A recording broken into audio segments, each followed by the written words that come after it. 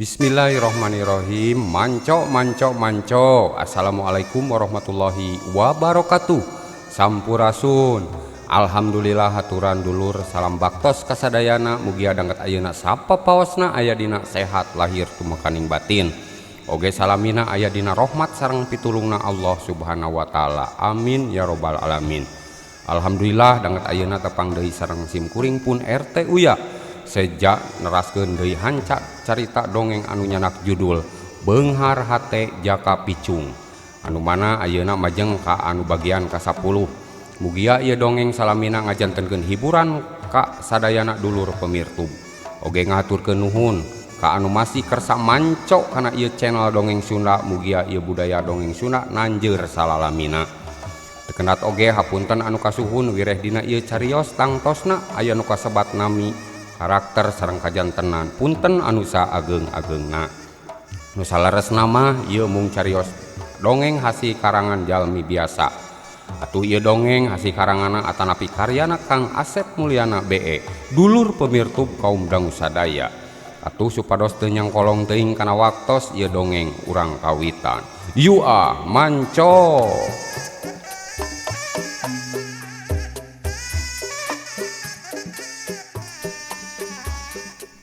Nyaha saha jebuk teh nu maledokan tarang itu aya jelema beke lumpat. Atuh geus kitu mah juragan Uteng lumpatnya trek ngudag encir nu katingali lumpat ka pelebah kebon cau. Nu aya gigireun imahna Mang Ule ari encir mah ngan sakilat geus nyumput nyalingker kana dapuran tangga cau. Wei beke pegeh polotot sia kuring patut teh montong lumpat aya kawani maka ieu sia hayang dijetot ku aing.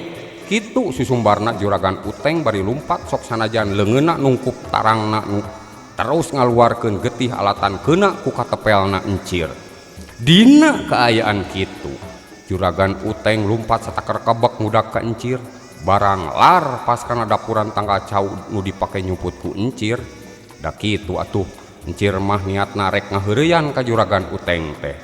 Dina mangsa juragan Uteng lumpat encir harita ngarengkas sukuna juragan Uteng anu keur lumpat tarik hiuk seret getruk alah solonton bangkieung sampoyong curalit gebruk korentel gejebur aduh kancing coplok sia beke aduh.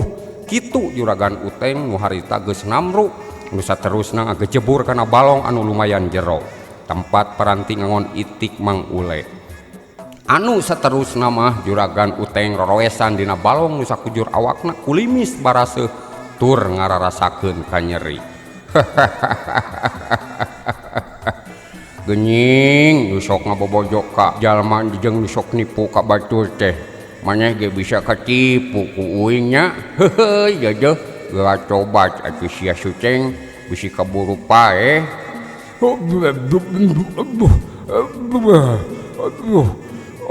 Ayo mah saha beke sia wanian ka dewek batur mah eueuh nu wani deuleu. Cabatuy mah eueuh nu wani teh sia maneh mah licik hiupna. Tembal encir bari malikeun awakna rek ngaleos ninggalkeun juragan Uteng nu keur kekerebekan dina balong. Bari ngaleos encir pok ngomong kacapi.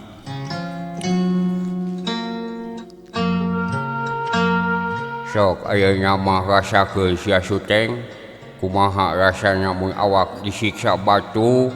Geus kitu mah encir teu loba pamolah ngalengkahkeun sukuna rek init di eta tempat. Tapi dina hate encir mah lain kitu manehna teu niat rek jai kaniaya komo deui rek ngaroga hala mah. Tapi encir inget kana ucapan nu jadi guruna manehna ukur rek mere pelajaran ka juragan Uteng teh sugan jeung sugan bisa babalik pikir. Sabot encir keur ngalengkahkeun sukuna kadenge juragan Uteng ngageroan bari ngomongna ayeuna mah laun jeung dumareuda.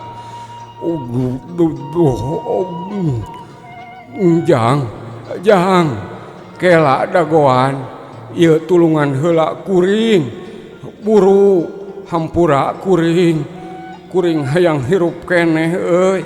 Reg lengkah encir harita kaneg geus kitu mah malikeun awakna bari lalaunan nyampeurkeun ka sisi balong. Ngaon euy, gegengean teh hampura jeung maneh hayang hiup keneh. Modus maneh mah teng.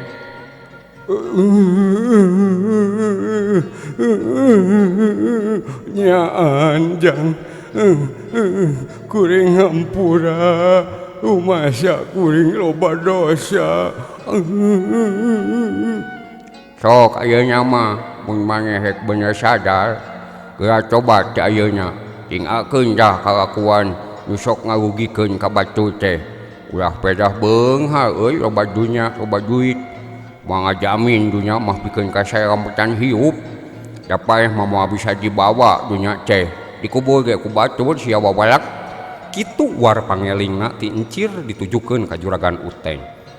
Anu katingali nyang saya dina gawir tamakan balong bari awakna nyang saya atuh geus kitu mah encir nulungan ngahanjatkeun Juragan Uteng ka darat. Sok ayeuna mah pamenca uing mah tuh uruskeun kumaha carana si Jarot nyaha berniat hayang ngarogahala ka keluarganya si Ilham. Jang, eta urusan kuring, tapi mun kudu ngaeureunkeun Bah Jarot nu keur tarung mah moal bisa euy. Tapi kuring nyaho kalemahanna si Jarot. Naon dah kalemahanna si Jarot teh? Sok buru bejakeun sia bisa dipengos ku aing. Teu hayang lah uing mah ningali loban korban deui ku si Jarot teh. Tapi omatnya tong bebeja cek kuring. Da ayeuna ge batuk nyaan ieu mah tuh akmal ayeuna ge kuring mah rek balik mah nyaksian deui si Jarot tarung. Sok bu sia. Si Jarot kunaon dah kalemahanna? Ceuk encir meh teu sabar nyusul tepus ku pananyana ka Juragan Uteng. Aduh ieu batuk wae deui digejeburkeun teh aing. Da ai gelut mah si Jarot teh jang eleh euy. Jeung moal teu raku pakarang Bah Jarot kalemahanna ku hiji sato nu ngaran Keuyeub. Tuh tempo di sisi balong pek pecakan we ku eta. Temal Juragan Uteng bari nunjuk ka sisi balong nu katingali ku encir bener pisan loba keuyeub nu keur ngarayap. Atuh geus kitu mah teu loba omong deui Juragan Uteng ngaleos rek mulang ka imahna bari lempangna jumarigjeug. Ari encir mah teu anta parah deui gejleng ka balong niat ngalak keuyeub rek dipake ngalawananan Bah Jarot.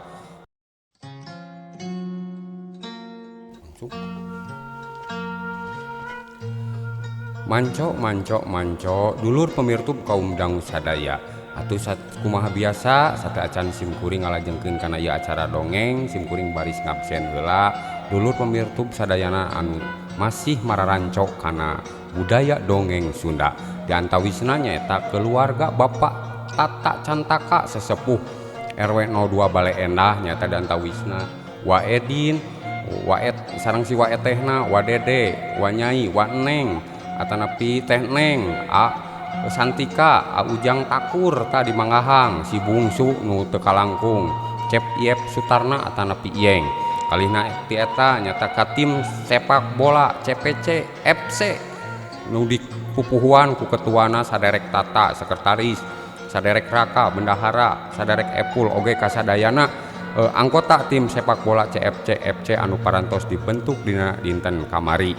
Atuh nu salajengna nyata kasadayana Menpora RW 02 anu kahiji Kang Tisna, Kang Iyeng, anu katiluna nyata Asep Mulyana, oge kaopatna Cep Lukman, tak haturan Wilujeng Manco, oge kalina ti eta deui sponsor dongeng anu paling utamanya eta Toko Nur, atanapi Toko Pom Mini Mas Ari, haturan Wilujeng Manco. Kalihna ti eta simkuring ngahaturkeun nuhun ka dulur pemirtub ka sadayana anu parantos subrek, share, like sareng komena ngaturkeun nuhun jazakumullahu khairon kasiro.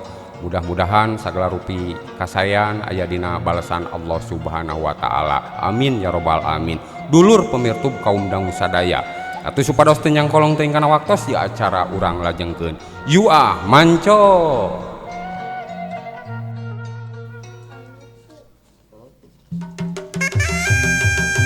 Dulur pemirtub kaum dangu sadaya pencadaya opat lajengkeun.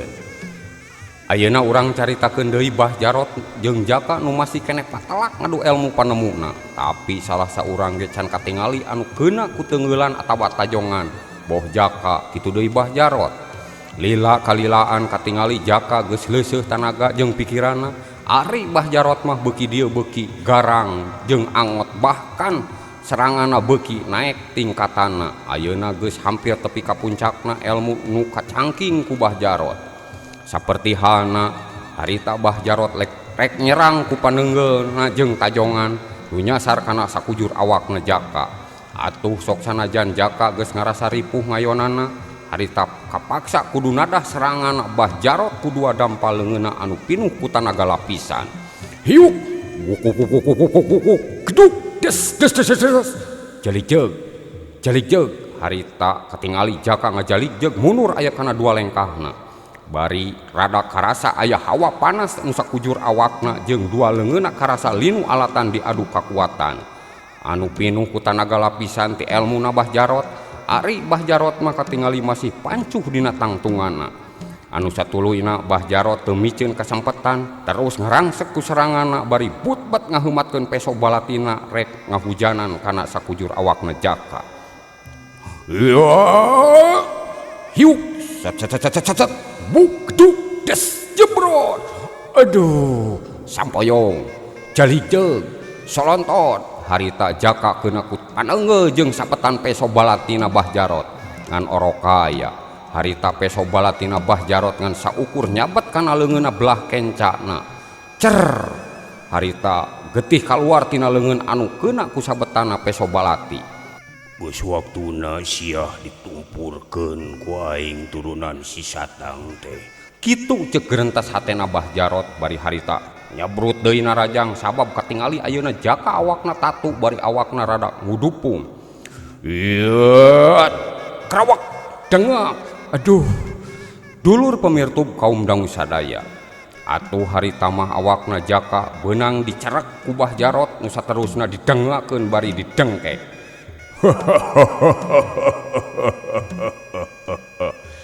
Sok sia geus kieu kumaha?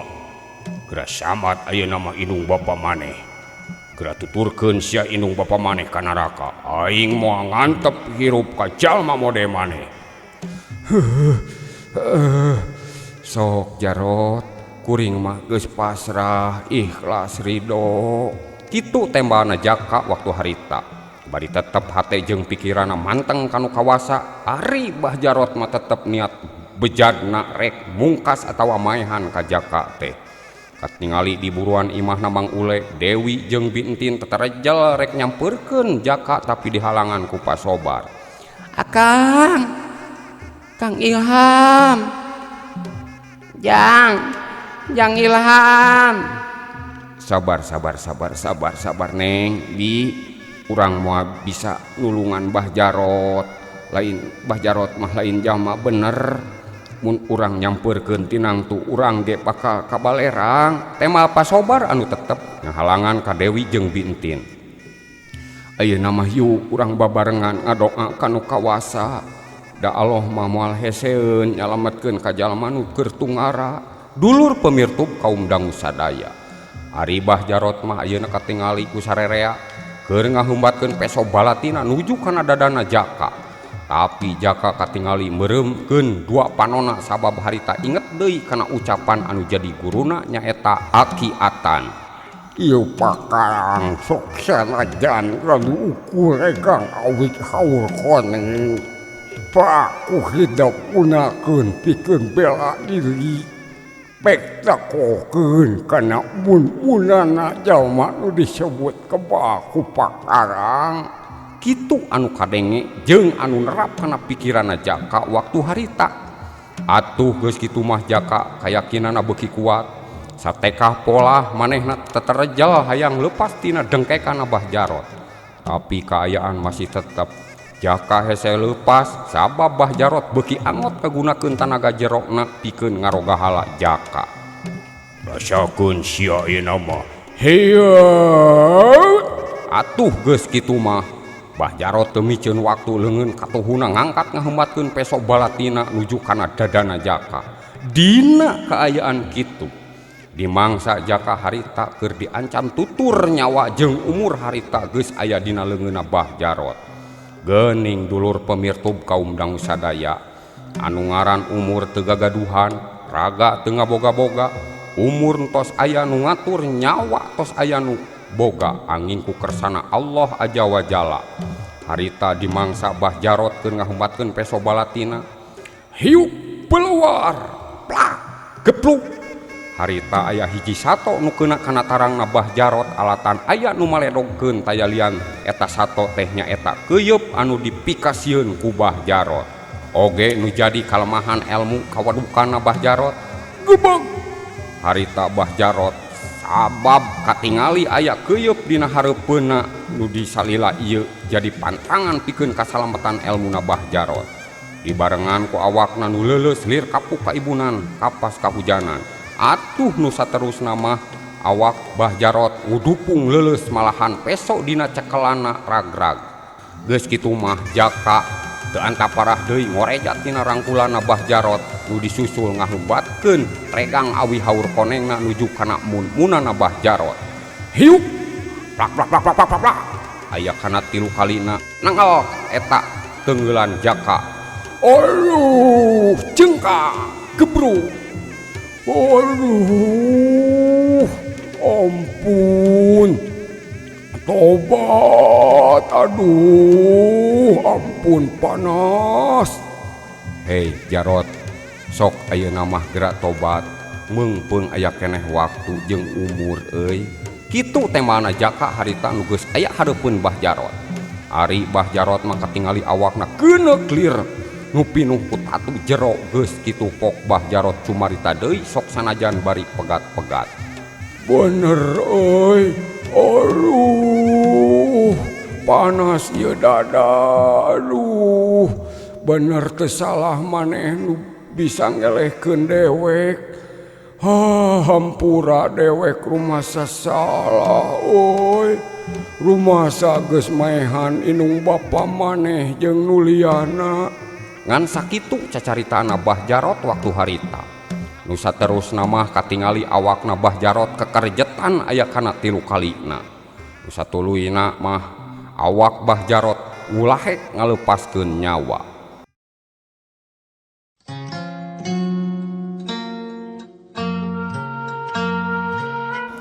Innalillahi wa inna ilaihi raji'un.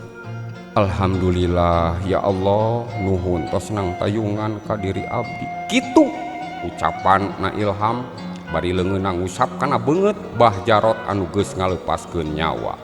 Ari Dewi mah harita lumpat nguruk ka Jaka bari ngagabruk kana awakna Jaka. Oge dituturkeun ku pasobar bintin katut encir. Ari Mang Ule mah sok sanajan katingali geus sadar tina kapiwuhanna, manehna mah ukur nyerangkeun ti kajauhan bari ngucapkeun syukur ka anu kawasa. Kang, ceuk Dewi ngagabruk nangkep ka Ilham bangun nu atoh jeung geugeut. Geugeut yeuh. Ari Jaka mah teu puguh rampa ningali Dewi nangkep teh sabab kakara pisan ngalaman ditangkep ku awewe. Tos Neng, tong kikieuan isin seueur jalmi. Alhamdulillah akang disalametkeun ku Allah. Temal Ilham bari nyengkatkeun Dewi dina tangkeupanana. Asik euy, romantis gitu loh. Ek. Can waktunya atuh euy. Bukan muhrim gitu loh.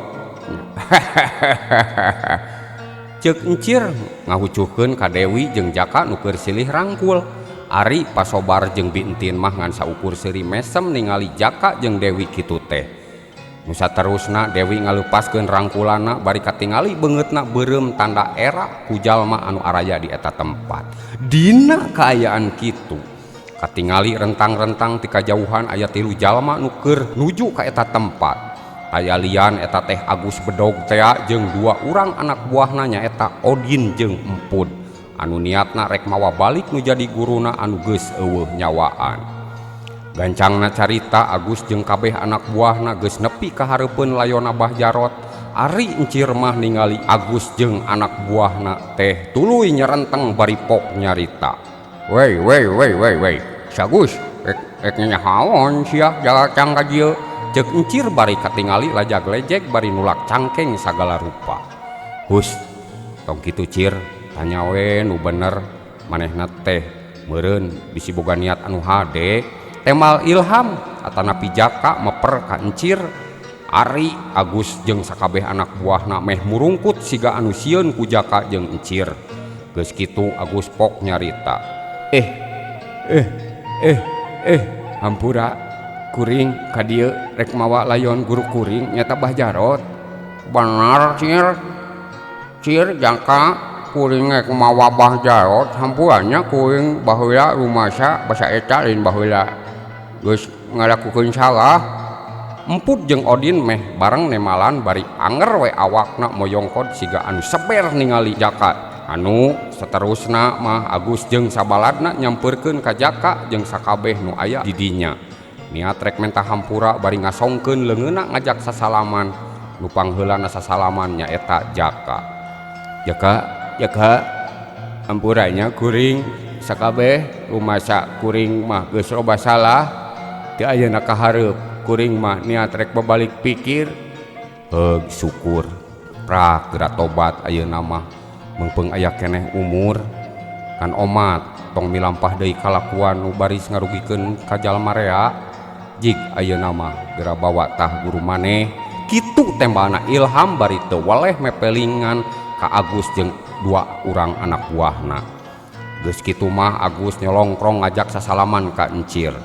Cir hampuranya kuring cir keheula sia babeh ulah peda hampura beunang dipentak kasalahan hijieun deui. Nyan cir uing mah rek babalik pikir ayeuna mah uing teh moal jahat deui. Bohong sia jebug demi Allah cir malahan uing mah boga niat rek ka Ahendra rek diajarkan musik demi Allah. Uing mah hayang jadi pemain eben atau rek diajar jadi tukang dongeng kayak si Pak RT. Temal Odin meh mauran caritana bari sarua ngajak sasalaman ka encir. Sok ai maneh geus niat tobat mah rek jadina naon ge nu penting mah maneh tong jadi jelema jahat nu sok ngarugikeun jalma rea. Jig atuh ayeuna mah geura garocong tuh guru maneh. Temal encir bari nitah ka Agus jeung sabaladna ini teh eta tempat bari mawa layona Bah Jarot dulur pemirtub kaum dangu sadaya. Gancangna carita layona Bah Jarot geus dibawa balik ka lembur matuhna nyaeta pasir nyempil.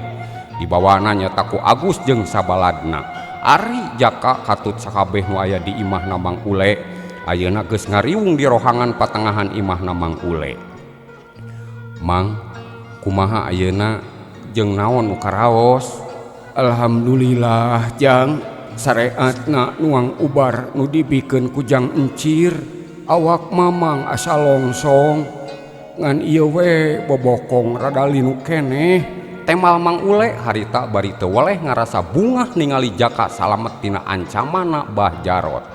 Kitu oge sarua sakabeh nu aya di eta tempat pada ngarasa bungah jeung bagja sabab jalma nu dipikasieun ku sakabeh rahayat di eta lembur ayeuna geus karingaran kaasup sakabeh pangurus lembur nyaeta Pak RT jeung sakabeh tokoh sesepuh katut rahayatna dulur pemirtub kaum dangu sadaya.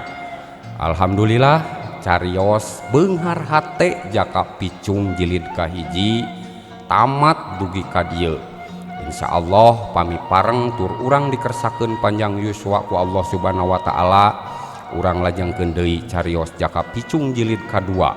Sim kuring munut doa ti sadayana mugia sim kuring sareng sadayana kruk channel dongeng RT official dipasihan kasehatan malah mandar urang sadayana tiasa tepang deui dina acara dongeng Sunda. Kalihna ti eta teu kendrat hapunten nu kasuhun tangtosna dina ngaguar ieu carios sim kuring seueur kakirangan sareng kalepatana oge tangtosna aya nu kasebat nami karakter sareng kajantenan mugia ageng hapuntenna. Sim kuring rumaos jalmi biasa nu teu luput tina kalepatan tur kahilapan kalihna ti eta ngahaturkeun nuhun ka sadayana anu parantos subscribe, share, like, sareng komena. Mugi akasayan sadayana kengeng balesan langkung ti sae ti Allah Subhanahu wa taala. Amin ya robbal alamin. Samentawis mung sakitu nu tiasa kapihatur bobot sapanon carang sapakan neda jebar hapuntenna sim kuring pun RT uya. Amit mundur amit mungkur. Wassalamualaikum warahmatullahi wabarakatuh. Pernios.